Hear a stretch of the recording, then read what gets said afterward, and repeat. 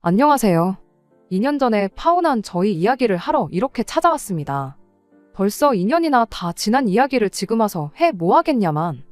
이렇게 사연을 보내게 된 건 이제서야 그때 묵혔던 한을 풀 수가 있었기 때문이에요.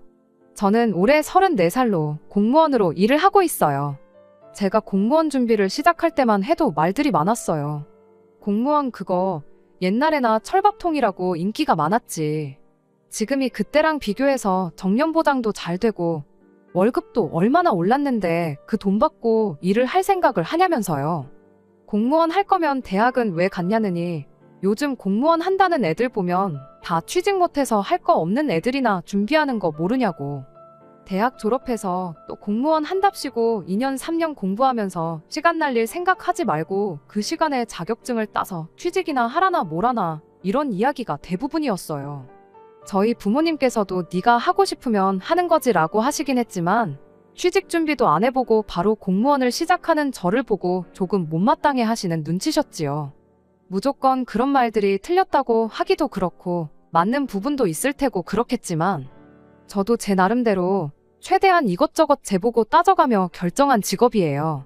박봉일지라도 안정적이기도 하고 이래저래 연금이라든지 보장도 잘 되어 있는 편이라 생각하고 억대 연봉까지야 못 가겠지만 결국 연차수 쌓이고 승진하고 그러면 벌이도 늘어나는 법 아니겠나요? 제가 돈 하나만 보고 직업을 구한다 생각하면 그럼 취직이 아니라 장사를 해야 하는 거 아닌가 그런 생각도 있었고요. 요즘은 또 취직이 워낙에 힘들어 공무원이 인기라는데 그런 이야기 들으니 제가 잘못된 선택을 했다고 생각하지는 않습니다. 아무튼 그렇게 저는 대학교를 졸업 후 2년간 시험 준비를 했고 당당히 시험에 합격해 일을 시작할 수 있었어요. 아무리 공무원 월급이 적다지만 혼자 쓰기엔 차고 넘치는 돈이었고 부모님 집에서 계속 신세를 지면서 저축도 꽤 많이 할 수 있었습니다. 아직 할부가 조금 남아있긴 하지만 차도 한 대 뽑았고요. 출퇴근도 출퇴근이지만 업무상 필요하기도 해서 말이에요. 그래도 이래저래 나름 괜찮은 삶을 살고 있었습니다. 그렇게 연차수 쌓여서 승진도 한 번 하고 연애도 딱 그때 시작했어요. 남자친구는 평범한 직장인이었습니다. 친구의 소개로 처음 만나게 되었고 둘 다 나이가 있었다 보니 애초에 만날 때부터 결혼을 전제로 연애를 시작하게 되었어요. 결혼 전제로 시작한 연애였다 보니 처음 만나다가 서로 아닌 것 같으면 깔끔하게 헤어지기로 했었는데 만나다 보니 서로 잘 맞는 부분도 많았습니다. 소탈한 성격에 다정다감하고 결혼 상대로 손색이 없는 그런 사람이었어요.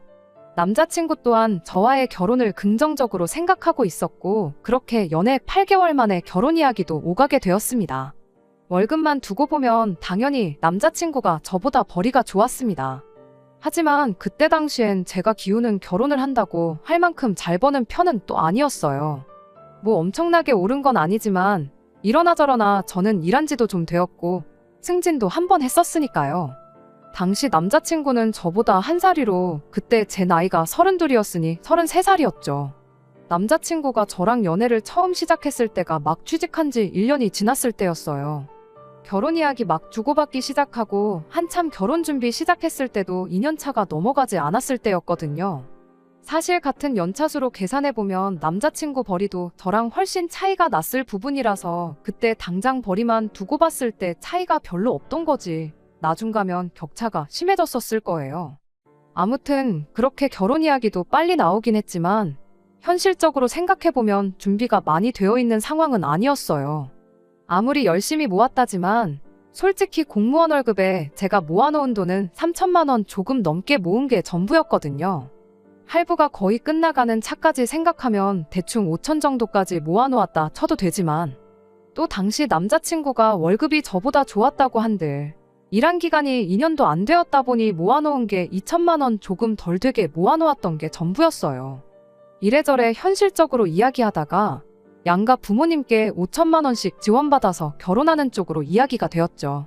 더 받을 수 있으면 더 받으면 좋았겠지만 애초에 두 사람 힘으로만 하려다 도무지 답이 안 나와서 내린 결정이었고 그 정도가 양가 부모님께 요청할 수 있는 최대였어요.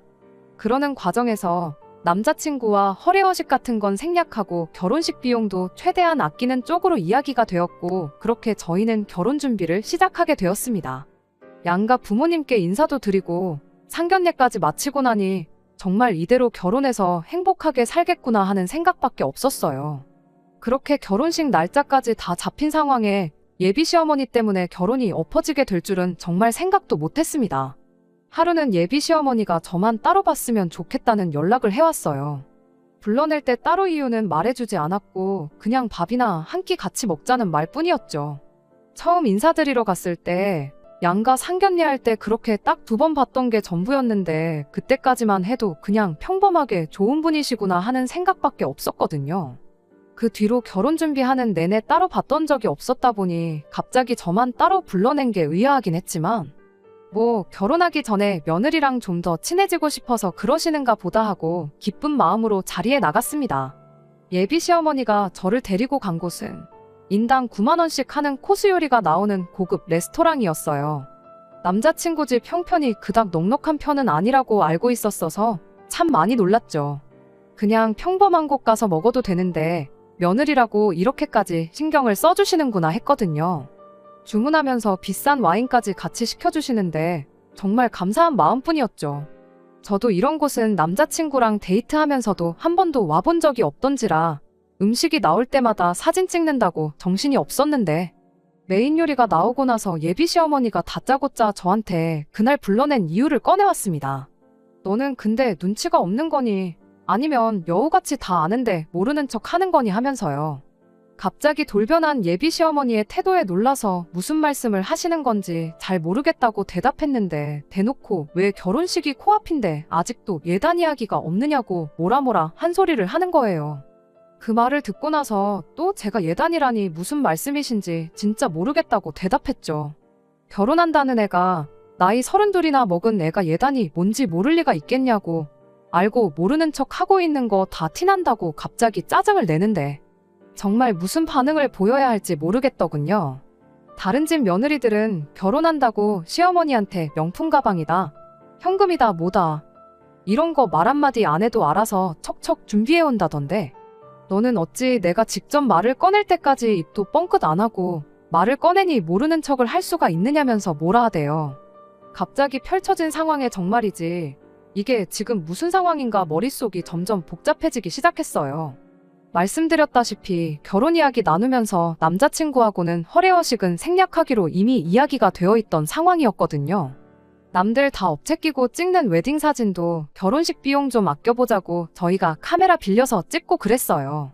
스드메 비용도 아끼겠다고 드레스만 빌리고 머리랑 메이크업은 그쪽 일을 하고 있는 제 동생 친구들한테 부탁해놓은 상태고 남편도 나비 넥타이 하나만 빌려서 회사 면접 볼 때 사놓은 정장 입고 식을 올리기로 했었거든요. 신혼 여행 비용도 아끼고 아낀다고 타협해서 그냥 평소에 가보고 싶었던 가까운 일본으로 짧게 다녀오기로 했고요. 그렇게 결혼식 준비까지 다 끝내놓은 상황에 갑자기 예단 타령을 해대니 어떻게 반응을 보여야 할지 정말 혼란스럽기만 했습니다. 혹시나 저러시는 게 남자친구가 예비 시어머니한테 우리가 허례허식도 생략하고 다른 비용도 최대한 절약해서 결혼을 하기로 한 사실을 말을 안 했던 건가 싶어 최대한 조심스럽게 말을 꺼냈습니다. 저희가 워낙에 모아놓은 돈이 없이 결혼한다고 저희들끼리는 예단 같은 건 생략하기로 이미 말을 끝내놓은 상황이라고 혹시 남자친구가 따로 말을 안 했던 거냐 물었죠. 그랬더니 대본에 5천만 원 해주기로 하지 않았냐는 말을 꺼내시대요. 5천만 원이나 지원해 주시기로 한 거 너무나 감사한 일이지만 저희가 그 돈에 우리 모은 돈 다 합쳐도 돈이 얼마 되지가 않는 상황인 거 아시지 않느냐고 당장 신혼집도 어떻게 해야 할지 갈피가 서지 않아서 남자친구가 혼자 지내는 자취방에 신혼살림 대충 차려놓고 천천히 구하려고 하는 것도 알고 계시지 않느냐고 그런데 갑자기 예단이라니 솔직히 너무 당황스럽다 이렇게 대답을 했어요. 그랬더니 또 5천만 원 지원해주는 걸 가지고 뭐라고 한마디 하더라고요. 저희 집에서 똑같이 5천 해가는 것도 마음에 안 들어서 한마디 하려다가 참았었다나요. 그 말은 어이가 없었어요. 똑같이 양가에서 5천씩 해주는데 마음에 안 들고 말고 할 게 어딨나 싶었죠. 예비 시어머니는 대번에 저한테 그렇게 말하더군요. 공무원이 벌어봐야 얼마나 버냐고 말이에요. 앞으로 내 아들이 벌어올 돈이 훨씬 많은데 똑같이 5천을 해오는 게 네 생각에는 공평한 것 같냐며 오히려 저한테 따져묻더라고요. 제가 반반 결혼은 들어봤어도 결혼 전에 앞으로 평생 벌어올 돈에 맞춰서 비율대로 해오는 결혼은 그때 또 처음 들어봤네요. 당장 부모님 지원을 포기한다 쳐도 2천도 못 모은 어머님 아들보다 제가 훨씬 더 많은 돈을 해가는 거 모르시냐. 반반 결혼을 한다고 치면 솔직히 저희 집에서 3천만 원도 안 도와줘도 그만인 부분이다. 그렇게 받아쳐줬더니 예비 시어머니가 저보고 또 웃긴다면서 되지도 않는 잔머리 굴리지 말고 계산을 똑바로 하라는 거 아니겠어요? 단순한 덧셈 뺄셈인데 머리를 굴려서 계산까지 할 일이 아니잖아요. 당최 무슨 말을 하고 싶어서 저러는 건지 이해가 가지 않았죠. 혹시 내가 자동차 가져가는 걸 내가 가져가는 돈에 포함시켜서 저러는 건가? 그런 생각이 들더군요. 순수하게 돈만 가지고 이야기하자는 것 같은데 그래도 제가 남자친구보다 2배 이상 모아놓은 상황이었습니다. 그래서 알겠다고 순수하게 현금으로만 계산하면 4천만 원 조금 덜 된다고. 결혼 후에도 계속 타고 다닐 차고 어머님 아들도 같이 쓰게 될 텐데 당연히 제가 가져가는 돈에 포함시켜야 된다고 생각해서 포함시킨 거라 대답했습니다. 그리고 그렇게 차를 빼고 계산한다고 쳐도 순수하게 현금만 두고 보면 여전히 어머님 아들의 2배 가까이 해가는 건데 어떻게 제 계산이 틀린 건지 따져 물었습니다. 그랬더니 뭔 되도 않는 자동차 이야기를 꺼내냐며 끝까지 저보고 계산 참 웃기게 한다며 비아냥거리는 거 아니겠어요? 그럼 대체 어떻게 계산을 해야 하는 건지 싶어서 예비 시어머니한테 한마디 따져 물었죠. 그랬더니 이렇게 말하대요. 네가 모았다는 그 4천만 원이 누구 주머니에서 나온 줄은 아냐더니 공무원 월급이 바로 국민의 세금에서 나오는 거 아니겠냐는 겁니다. 당최 무슨 소리를 하려는 건지 도무지 이해가 안 가서 네? 하고 뭔 소리를 하는 거냐 되물었지요. 그랬더니 한다는 소리가 국민 세금으로 받는 제 월급이 평생 당신이랑 아버님이 내온 세금에서 나온 거나 마찬가지 아니겠냐더군요. 거기에 남자친구도 일을 시작하고 세금을 내기 시작했으니 남자친구 돈까지 포함된 거랍니다. 말인즉슨 자기들이 낸 세금으로 그동안 제가 밥 벌어먹고 살아온 거고 그 덕에 돈도 그만큼 모을 수 있었다는 소리지요. 그러니까 저는 땡전 한 푼 안 해오는 거나 마찬가지라는 겁니다. 맨몸으로 시집을 올 거면 당연히 예단 정도는 해오는 게 도리 아니겠냐고 따지고 드는데 한마디로 어이가 없었죠. 곧바로 예비 시어머니한테 그건 또 무슨 논리냐고 따져 물었어요. 세금은 저도 내고 있고 저희 부모님도 평생을 내셨고 아니 누가 내고 안 내고를 따지기 전에 대한민국 국민 중에 세금 안 내고 있는 사람이 세상에 어디 있느냐고요. 예비 시어머니는 제 말에는 대답을 안 하고 여태까지 자기가 낸 세금이 얼마나 되는지 아느냐면서 끝까지 여지껏 제가 받은 돈은 당신이 준 돈이나 마찬가지라고 막무가내였습니다. 세상에 우리 조카 아이가 장난감 하나 사달라고 마트에서 땡깡을 부려도 이보다는 덜하지 않았겠나 싶었죠. 그래서 그냥 알겠다고 제가 포기했어요. 명품 가방 하나 예단으로 사오면 되는 거냐고 뭘 갖고 싶으시냐 대답했죠. 예비 시어머니는 이제서야 말이 통한다는 듯이 씩 하고 웃더니 진작에 이렇게 나오지 그랬냐며 괜히 아까운 음식만 차갑게 식지 않았느냐고 더 맛없어지기 전에 얼른 먹으라고 하시대요. 그러면서 곧바로 핸드폰으로 찾아놓은 걸 보여주더라고요. 아마 모르긴 몰라도 제가 따져 묻지 않고 당연히 해드려야죠 순순하게 나갔으면 바로 보여주려고 이미 준비를 다 해놓은 게 아닌가 싶었네요.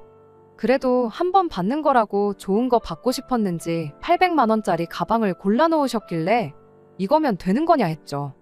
내친 김에 식사 끝나면 당장 사러 가자고 그렇게 한마디 하고 예비 시어머니한테 마지막 한마디 해줬습니다. 그럼 이거 받으시는 걸로 여지껏 나라에 세금 냈던 건 다 돌려받으신 걸로 알겠다고. 앞으로 여태까지 세금 내오신 걸로 나라의 그 어떤 혜택이라도 하나 받으시면 가방도 돌려받아 갈 거고 반반 결혼 맞춰야 하니 3천만 원도 더 준비하시라고요. 그 말이 끝나기 무섭게 예비 시어머니가 깜짝 놀랐는지 입에 있던 걸 푸악하고 내뱉더니 사례라도 걸린 듯 콜록콜록 재채기만 하시대요. 옆에 시켜놓은 비싼 와인 한 잔 들이마시고 잠깐 숨을 돌리더니 그건 또 무슨 미친 소리냐길래 어디가 미친 소리냐고. 어머님이 여지껏 낸 세금이 제 월급이나 마찬가지시라니까 혜택을 받아도 나한테 받아야지 나라에 요구하는 건 말도 안 되는 거 아니냐 했죠. 암만 세금을 많이 내셨다 한들 제가 앞으로 30년은 너끈히 더 일할 텐데 그만큼 돈이나 하겠냐고요. 기본적인 며느리 도리 정도는 하고 살 테니까 걱정 마시라고 그렇게 한마디 해주고 자리에서 일어났네요. 예비 시어머니가 저를 붙잡길래 미안하다고 사과라도 하려는 줄 알았더니 지금 가방 사러 가는 거냐고 묻길래 그냥 돌려 말할 것도 없겠다 싶어서 예비 시어머니가 처음 말 꺼냈을 때랑 똑같이 되돌려줬습니다. 눈치가 없으신 거냐고, 아니면 알면서 모르는 척 하시는 거냐고. 인생 이만큼 살아오신 분이 예비 며느리가 이 정도까지 이야기하면 당연히 파혼하자는 이야기 아니겠냐고 그렇게 한마디 해주고 자리를 박차고 나왔습니다. 그랬더니 곧바로 저를 따라 나와 다시 저를 붙잡길래 미안하다고 사과라도 하려는가 싶었는데 어이없게도 갈 땐 가더라도 밥 먹은 건 계산하고 가라시더라고요. 애초에 비싼 밥 먹으러 온 것도 보아하니 며느리 사줄 생각이 아니라 여태 낸 세금 환급 받는 느낌으로 좋은 식당을 찾아놓은 거구나 싶었네요. 그래서 이걸 내가 왜 계산하냐고, 어머님이 침 뱉어놓는 바람에 제대로 먹지도 못한 걸 왜 내가 계산해야 하냐고 따졌어요. 여태까지 낸 세금이 아까우면 나 말고 나라에다가 청구하시라고 한마디 말해주고 그냥 저 혼자 먼저 자리에서 뛰쳐나왔습니다. 그렇게 파혼까지 해버리게 되었어요. 솔직히 예비 시어머니랑 이렇게 돼버린 거 남자친구가 어떻게 나와도 돌이킬 수는 없겠다는 생각이었습니다. 1년 안 되는 짧은 연애긴 했지만 그래도 결혼 약속까지 한 사이인데 남자친구가 이 사실을 알면 어떻게 설명을 해야 할지, 혹은 남자친구가 대신 사과하고 이런 일이 앞으로 없게 할 테니 용서해달라고 하면 거기서는 또 어떤 반응을 보여야 할지 정말 고민되고 또 고민되었어요. 아니나 다를까 이 파혼 소식을 전해 듣게 된 남자친구한테 연락이 왔습니다. 어머니한테 방금 이야기 들었는데 이게 다 무슨 일이냐면서요. 이야기 다 들었으면 무슨 일인지 다 알고 전화한 거 아니냐, 나한테 또 상황 설명을 들어야겠냐고 대답하니 남자친구가 아무 대답이 없대요. 그러더니 어머니가 사고방식이 좀 옛날 사람이라 그런 거니 저보고 신경 쓰지 말고 한 귀로 듣고 한 귀로 흘리라는 말을 하는 거 아니겠어요? 그게 신경 안 쓰고 넘어갈 일이냐고. 내가 여태까지 일하면서 국민 세금으로 월급 받으니 봉사한다는 기분으로 일하라는 말은 들어봤어도 자기가 낸 세금으로 내 월급을 줬으니 그 돈도 자기 돈이라고 우기는 사람은 또 처음이라고 따졌죠. 예비 시어머니 대신 저한테 사과해주는 모습을 기대한 건 아니지만 남자친구는 오히려 저한테 짜증을 내기 시작했어요. 지금이야 남이지만 결혼하면 다 한 가족인데 그 정도는 이해해줄 수 있는 거 아니냐면서요. 남자친구한테 지금 나한테 따져 물으려고 전화한 거냐고, 누가 봐도 그 상황에 비상식적인 행동을 하신 건 어머니만이냐고 따졌더니 그럼 뭐 자기 보고 어쩌라고 그러는 거냐며, 자기가 그럼 왜 그랬냐고 어머니하고 한바탕 싸우기라도 했었던 거냐고 전화기 너머로 역정을 내기 시작하는 겁니다. 당장 800만 원이 있든 없든 모자란 돈은 대출을 받아야 될 테고 그거 더 받는다고 이자 내는 거 별반 차이가 나는 것도 아닌데 잘릴 걱정도 없는 안정적인 직장 다니면서 뭐가 아까워서 해달라는 거 안 해주고 날짜까지 잡아놓은 결혼식을 파토를 내버렸냐고. 주변 사람들한테는 뭐라고 설명할 거며 앞으로 쪽팔려서 고개를 어떻게 들고 다니냐 이런 소리만 하고 있더군요. 그 말을 들으니 더 이상 고민조차 할 이유가 없었어요. 이미 저의 월급이 당신 돈이나 마찬가지라고 생각하는 분인데 그깟 가방 한 개 사드렸다고 한 번으로 끝날 일이었을까요? 저는 절대 아니라고 생각합니다. 이 인간하고 결혼해봐야 평생 시어머니한테 네 돈이 내 돈이다 소리 들으면서 돈 필요할 때마다 세금 낸 거 환급 받아가듯이 제 돈을 털어가는 꼴이나 보고 살아야 했겠죠. 남편이라고 하나 있는 건 그런 일이 있을 때마다 엄마가 옛날 분이니 네가 이해해라, 어머니가 어른인데 뭐 어떨 거냐 하는 식으로 옆에서 팔짱 끼고 구경만 하고 있었을 테고요. 어차피 사과해와도 어떻게 해야 할지 갈피를 못 잡고 있던 상황이었는데 이렇게 직접 스스로 남은 정남이나마 뚝 떨어지게 만들어주니 차라리 그런 부분은 참 고마웠네요. 그렇게 결국 저는 파혼을 하게 되었어요.